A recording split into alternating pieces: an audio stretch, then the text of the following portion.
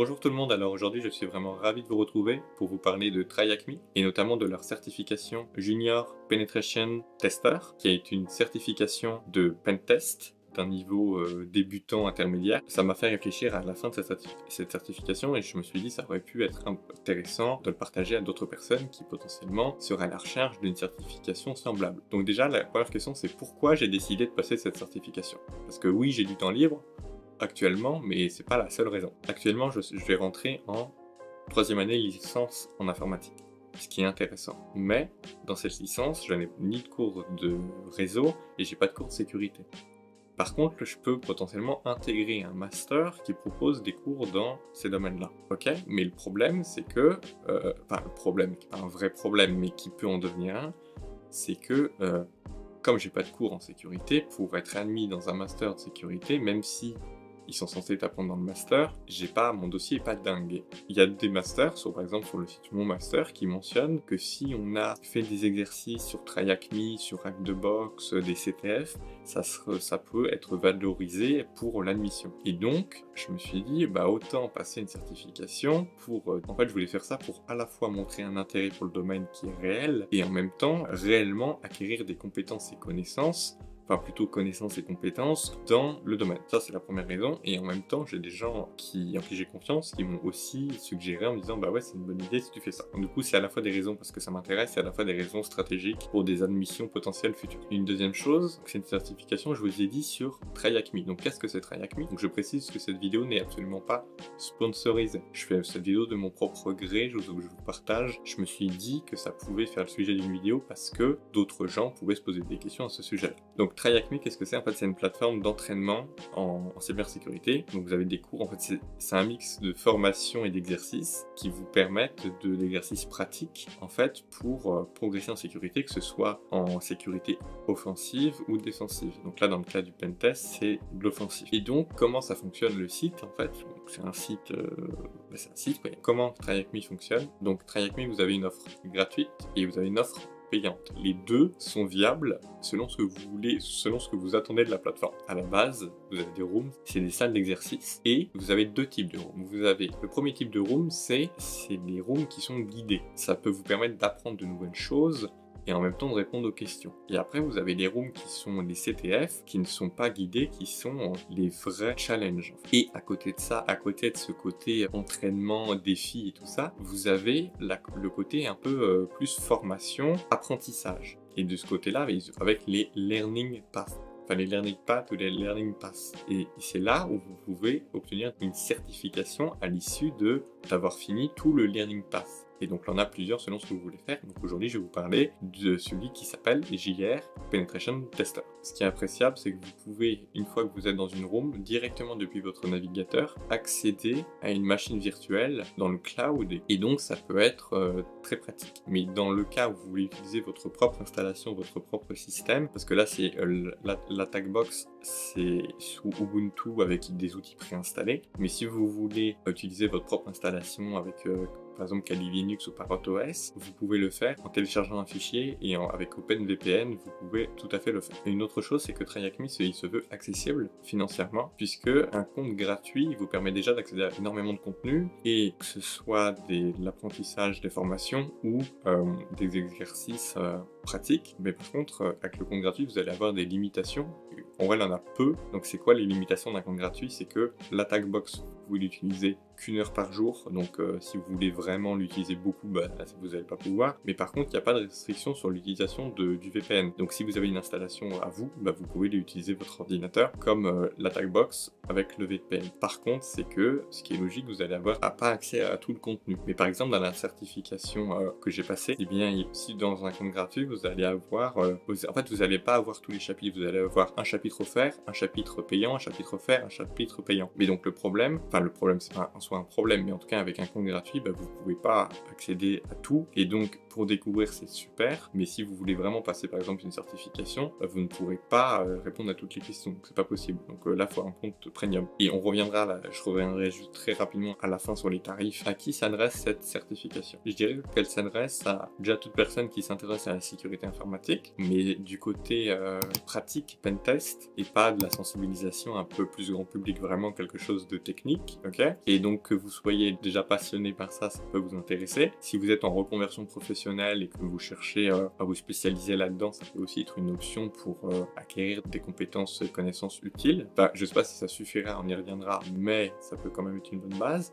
Et dans mon cas, si vous êtes étudiant, même lycéen, même collégien, si ça vous intéresse, si vous cherchez à en apprendre plus en sécurité, et ici offensive, mais en sécurité en général, soit pour vous-même parce que ça vous intéresse ou pour appuyer un dossier pour une candidature dans les études supérieures ou quoi que ce soit, ça peut être intéressant. Le contenu, qu'est-ce que vous avez? Donc vous avez une introduction qui est théorique sur les métiers de l'informatique, de la cybersécurité, des pratiques et un contenu assez théorique, assez généraliste qui est quand même spécialisé sur la sécurité. Vous avez après un long module sur l'hacking web avec plusieurs choses comme l'énumération de sous-domaines, l'injection de scripts XSS, SQL. Après, vous avez aussi les IDOR pour Insecure Direct Object Reference. Et là, c'est quand vous avez accès, vous vous connectez à un compte et on vous dit c'est ID 5. Et si vous changez l'ID, vous passez sur l'autre compte sans qu'on vous demande rien du tout. Les différentes attaques que vous pouvez potentiellement trouver et mettre en place sur un site. Vous avez aussi un autre chapitre sur Burp Suite. Et Burp Suite, c'est un outil très important qui est lié à l'hacking web puisque ça permet, si j'ai bien compris, d'intercepter des requêtes HTTP et de les modifier avant de les renvoyer au serveur du site. Vous avez un module sur la sécurité réseau qui inclut l'utilisation de Nmap et un rappel assez clair sur les protocoles réseau. Vous avez également un module complet sur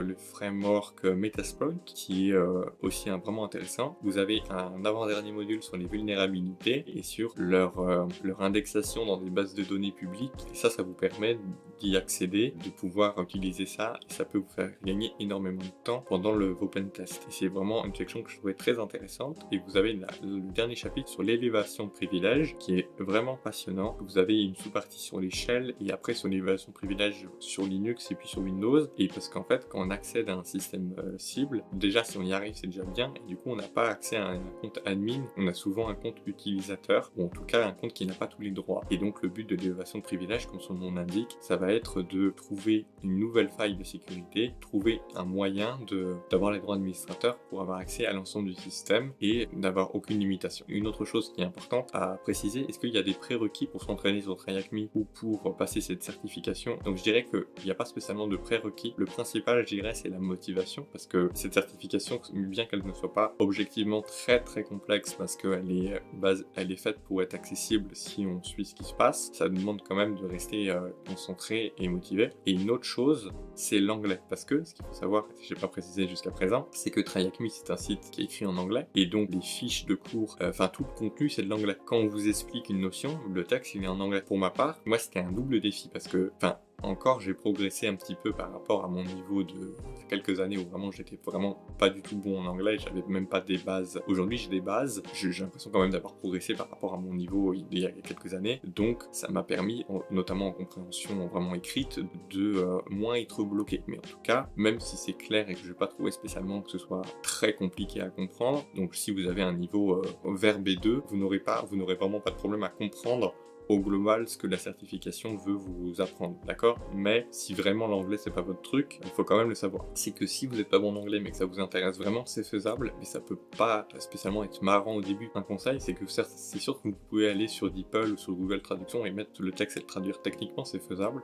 mais je vous déconseille de faire ça parce que ça peut créer un double projet, une double motivation, une motivation qui va, la motivation c'est le fait de passer cette certification, ça peut vous motiver à en même temps apprendre des choses en informatique et en même temps progresser en anglais. Et du coup ça je trouve que c'est beau et que ça peut peut-être vous parler, donc si ça vous parle, je vous conseille au lieu de ce que je comprends tout à fait, parce que j'ai fait ça longtemps, justement me dire je comprends pas, je vais mettre sur Google Traduction, en tout cas vous n'allez pas progresser en anglais comme ça. Je vous conseille de lire le texte en essayant vraiment de comprendre et au moment où vous comprenez pas, de relire, essayer de comprendre avec le contexte. J'essaie de vraiment faire ça et au début j'étais paumé et à force de revoir un peu les mêmes mots et tout ça, je comprenais plus. Donc déjà essayer de comprendre avec le contexte et quand vraiment il y a un mot que vous comprenez pas, allez le traduire mais que ce mot-là, ou si vraiment il y a une phrase complète que vous ne comprenez pas, alors traduisez-la. Toi je veux pas faire le prof, mais juste je sais que moi ça m'a aidé. Je reconnais que ça peut être galère au début, mais de au moins faire vraiment l'effort avant d'essayer de comprendre comme si tu avais aucun moyen de de comprendre, tu vois. Enfin, comme si t'avais aucun moyen, non, pas ça, comme si t'avais aucun moyen de traduire. Et du coup, si vraiment t'es bloqué, bah tu traduis, mais faut pas que ça devienne systématique. Après, vous faites ce que vous voulez, mais c'est un conseil si vous êtes pas très bon en anglais,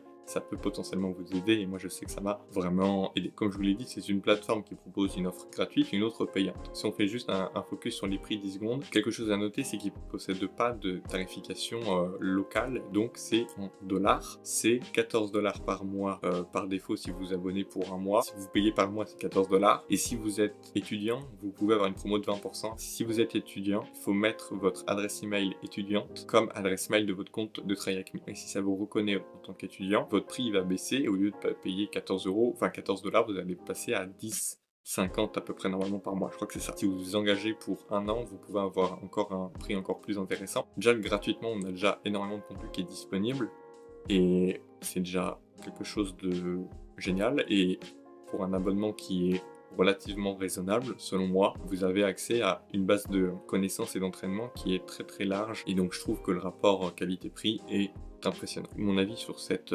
certification, je trouve que le cours il a été bien expliqué, que c'était vraiment très clair, et que des fois où j'ai pas compris, où j'ai mal compris en tout cas, c'était plus des erreurs moi de compréhension de l'anglais, et c'était pas tant le cours qui était mal expliqué, c'est moi qui ai mal lu la phrase, enfin qui ai mal compris la phrase en anglais, c'est plus ça. Donc je crois que la compréhension en soi, ça joue plus sur l'anglais que sur le cours parce que c'est très clair. Vous avez même des illustrations présentes dans les cours pour vous permettre de mieux comprendre les notions abordées. Et donc en plus, on a beaucoup de situations, de labs pratiques qui sont là pour nous entraîner. Et donc ça, je trouve que c'est un point positif parce que c'est pas que de la théorie. En fait, vous lisez pas un livre pendant 40 pages et après vous dites, bah voilà, enfin, il n'y a rien de mal à lire un livre, mais dans ce cas-là, je trouve que c'est bien que ce soit sur une plateforme comme ça parce que ça vous permet de, en même temps qu'on vous parle d'une notion que vous pouvez tout de suite pratiquer, on voit que la plateforme a été faite pour ça et que du coup tout s'imbrique pas parfaitement mais bien, en tout cas très bien. Je trouve qu'elle est très intéressante cette certification parce qu'elle vous apporte beaucoup de connaissances techniques et pratiques, mais aussi elle vous montre, elle vous forme à utiliser des outils utilisés dans l'industrie de la cybersécurité, du pentest et tout ça, mais d'une manière vraiment accessible. Et ça, je trouve ça beau, vraiment. Une dernière chose, c'est que la pratique, elle est bien, mais elle est souvent guidée, voire peut-être trop guidée, et du coup, sans que ce soit guidé, tu n'aurais peut-être pas compris. Et donc, je crois que c'est peut-être préférable comme ça reste des exercices guidés, en tout cas, dans la certification. Une fois que vous l'avez, je vous conseille de faire des CTF qui ne le sont plus pour faire des vrais CTF qui ne sont pas guidés. À ce moment-là, si vous faites des exercices qui ne sont pas guidés, vous serez juste livré à vous-même et ce sera le moment d'appliquer ce que vous avez appris durant cette certification. Donc est-ce que c'est difficile?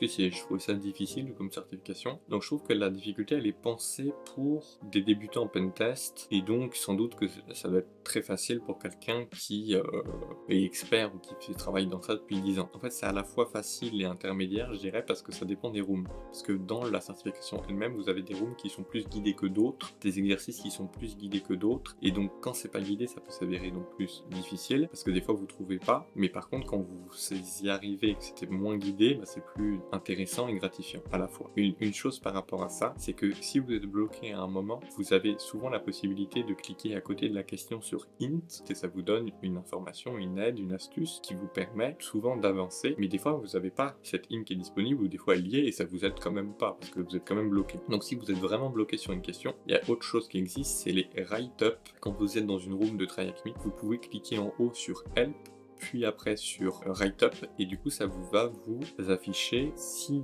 il y en a qui ont été mis à disposition par TryHackMe, des liens de gens qui ont fait des comptes rendus. Et les comptes rendus, les write-up, en fait, c'est des gens qui ont fait la même chose que vous, mais qui ont expliqué étape par étape comment faut faire en gros. Donc en fait, c'est une solution, c'est une soluce d'exercice. Donc du coup, évidemment que faut pas aller regarder ça avant de faire l'exercice. C'est vraiment si vous êtes bloqué pendant longtemps, que ça vous comprenez vraiment pas. Là, moi, ça m'a aidé quelques fois. Et en plus, quelque chose qui est intéressant et que je vous recommande, et qui est un petit détail que j'avais pas compris au début, mais qui est vraiment super, c'est que je vous suggère vraiment de regarder, si vous cherchez une write-up, d'aller vraiment regarder celles qui figurent dans le menu Help de TryAcme quand vous êtes dans une room, parce que, enfin des fois il n'en a pas, mais s'il en a, privilégiez celles qui sont référencées, parce que celles qui sont référencées, elles sont souvent très bien expliquées. Souvent vous en avez plusieurs, donc vous avez sûrement vous avez des fois plusieurs approches différentes, et en plus le flag il est flouté, ou vous avez pas, en gros on vous donne pas le flag, la réponse à la question on vous la donne pas, on vous donne juste les étapes, mais du coup ça vous force à faire les questions. Ça m'est arrivé avant de voir qu'il y avait des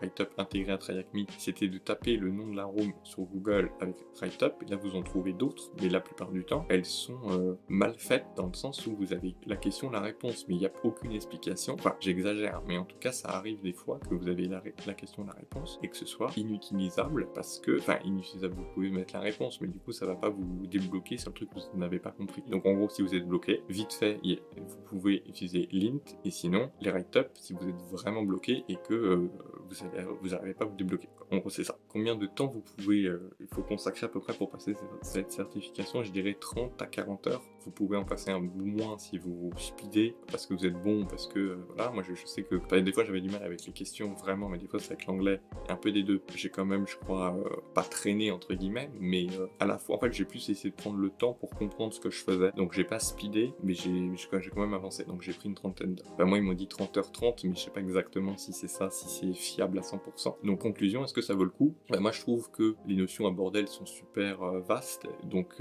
en tout cas, elles sont suffisamment vastes pour que ce soit utile et que tu apprennes des choses. Si tu connais pas grand chose, justement, il me semble que ça te donne des bases suffisamment solides en pentest, mais que ça nécessite de quand même faire des CTF après par la suite qui ne sont pas guidés pour progresser davantage et pas juste avoir suivi un truc guidé et de vraiment pratiquer par soi-même. Je crois que c'est vraiment important. Par contre, que je suis pas sûr que la certification se suffise à elle-même. Autre chose, c'est que c'est une certification qui est plus ou moins reconnue. Donc ça, j'ai pas de vraie info par rapport à ça. Mais pour ma part, quand j'ai regardé pour les masters, j'ai vu que des fois on nous parlait de TryAcme et tout ça. Mais peut-être que pour trouver, enfin, en tout cas, j'ai l'impression que c'est selon avec qui vous parlez, on va vous dire ah ouais c'est bien, et d'autres qui vont dire bah non c'est pas l'autre que nous on veut. Et du coup, c'est assez entre guillemets aléatoire si c'est reconnu ou pas, parce que c'est pas la certification SCP qui est pas du tout au même prix, qui est beaucoup plus reconnue, qui est peut-être aussi d'un autre niveau, qui est sûrement d'un autre niveau. Ce qui est sûr, c'est que ça montre votre motivation ou l'intérêt que vous avez pour ce domaine, pour la cybersécurité, et que ça peut potentiellement être valorisé